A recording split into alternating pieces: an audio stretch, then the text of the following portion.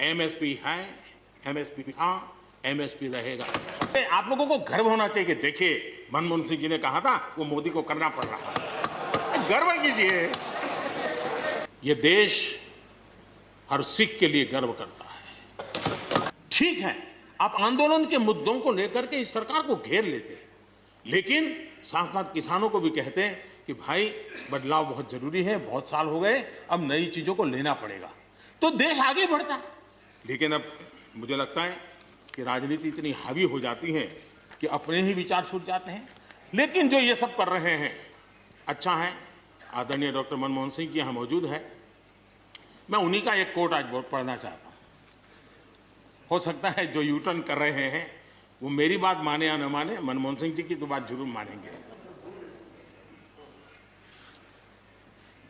There are other rigidities because of the whole marketing regime set up in the 1930s, which prevent our farmers from selling their produce where they get the highest rate of return.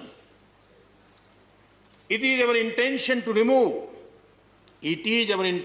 remove all those handicaps which come in the way of India realizing its vast potential as one large common market. ये आदरणीय मनमोहन सिंह जी का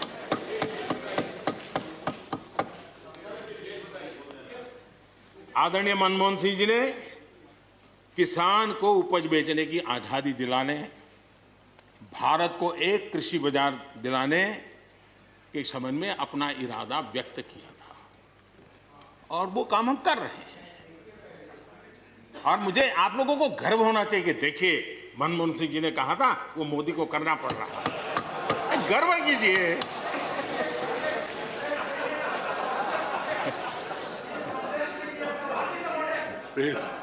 please.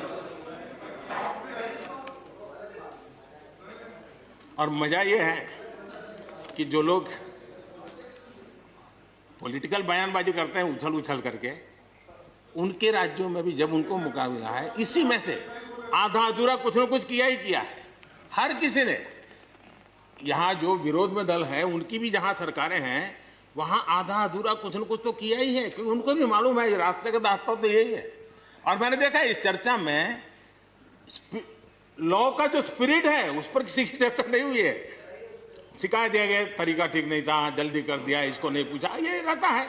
वो तो परिवार में शादी होती है तो भी फूफी नाराज होकर के कहती है मुझे कहाँ बुलाया, वो तो रहता है। इतना बड़ा बड़ा परिवार है तो रहता ही है।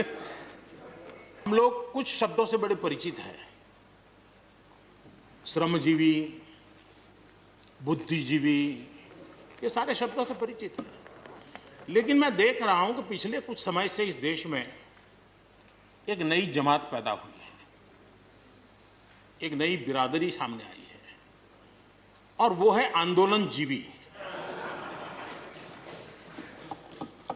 ये जमात आप देखोगे, वकीलों का आंदोलन है वो ना वहां नजर आएंगे, स्टूडेंट का आंदोलन है वो वहां नजर आएंगे, मजदूर का आंदोलन है वो वहां नजर आएंगे, कभी पर्दे के पीछे कभी पर्दे के आगे।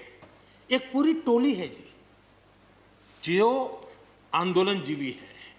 वो आंदोलन के बिना जी नहीं सकते हैं और आंदोलन से जीने के लिए रास्ते खोजते रहते हैं। हमें ऐसे लोगों को पहचानना होगा कि वो जो सब जगह पे पहुंच करके और बड़ा आइडियोलॉजिकल स्टैंड दे देते हैं, गुमराह कर देते हैं, नए नए तरीके ढूंढो बता देते हैं। देश आंदोलनजीवी लोगों से बचे, इसके लिए हम सबको, और ये उनकी ताकत है। उनका क्या है, खुद खड़ा नहीं कर सकते चीजें, किसी की चल रही तो जाके बैठ जाते हैं, वो अपना जो जितने दिन चले चल जाता है उनका। ऐसे लोगों को पहचानने की बहुत आवश्यकता है। ये सारे आंदोलनजीवी परजीवी होते हैं।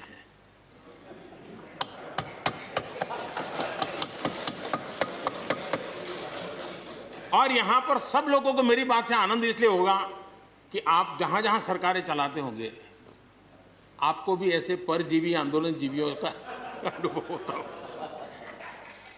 और इसलिए उसी प्रकार से एक नया मैं चीज देख रहा हूं, देश प्रगति कर रहा है, हम एफडीआई की बात कर रहे हैं, फॉरेन डायरेक्ट इन्वेस्टमेंट, लेकिन मैं देख रहा हूं इन दिनों एक नया एफडीआई मैदान में आया है।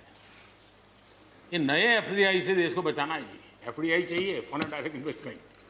लेकिन ये जो नया एफडीआई नजर का आ रहा है, ये नए एफडीआई से जरूर बचना होगा। और ये नया एफडीआई है foreign destructive ideology, foreign destructive ideology. और इसलिए इस एफडीआई से देश को बचाने के लिए हमने और जागरूक रहने की जरूरत है। कोई कमी हो तो उसको ठीक करेंगे, और कहीं ढिलाई है तो उसको कसेंगे। ऐसा तो है नहीं कि सब दरवाजे बंद कर दिए बस। और इसलिए मैं कहता हूं, मैं विश्वास दिलाता हूं कि मंडियां अधिक आधुनिक बने, अधिक प्रतिस्पर्धी होगी। इस बार बजट में भी उसके लिए हमने प्रावधान किया है। इतना ही नहीं, एमएसपी है, एमएसपी था, एमएसपी रहेगा। इस सदन की पवित्रता समझे हम।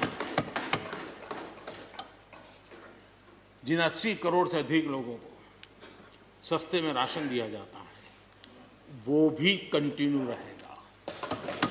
इसलिए मेहरबानी करके भ्रम फैलाने के काम में हम न जुड़े, क्योंकि हमको देश ने एक विशिष्ट जिम्मेवारी दी है। लेकिन कुछ लोग हैं जो भारत अस्थिर रहे, अशांत रहे, इसे लगातार कोशिशें कर रहे हैं। हमें इन लोगों को जानना होगा। हम ये न भूलें कि पंजाब के साथ क्या हुआ। जब बंटवारा हुआ, सबसे ज्यादा भुगतना पड़ा पंजाब को। जब 84 के दंगे हुए, सबसे ज्यादा आंसू बहे पंजाब के, सबसे ज्यादा दर्दनाक घटनाओं का शिकार होना पड़ा पंजाब को। जो जम्मू कश्मीर में हुआ, निर्दोषों को मौत के घाट उतार दिया गया। जो नॉर्थ ईस्ट में होता रहा, आए दिन बम बंदूक और गोलियों का कारोबार चलता रहा। ये सारी चीजों ने देश को किसी न किसी रूप में बहुत नुकसान किया है। इसके पीछे कौन ताकतें हैं, हर समय हर सरकारों ने इसको देखा है, जाना है, परखा है। और इसलिए हमें उस जज्बे से इन सारी समस्याओं के समाधान के लिए हम तेजी से आगे बढ़े।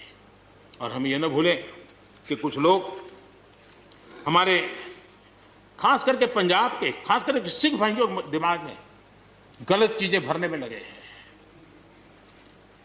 ये देश हर सिख के लिए गर्व करता है।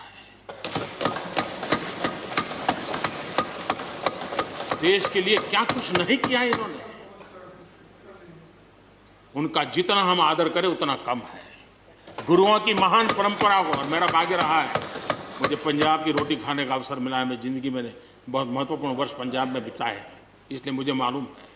और इसलिए जो भाषा उनके लिए कुछ लोग बोलते हैं, उनको गुमराह करने के जो लोग प्रयास करते हैं, इससे कभी देश का भला नहीं होगा।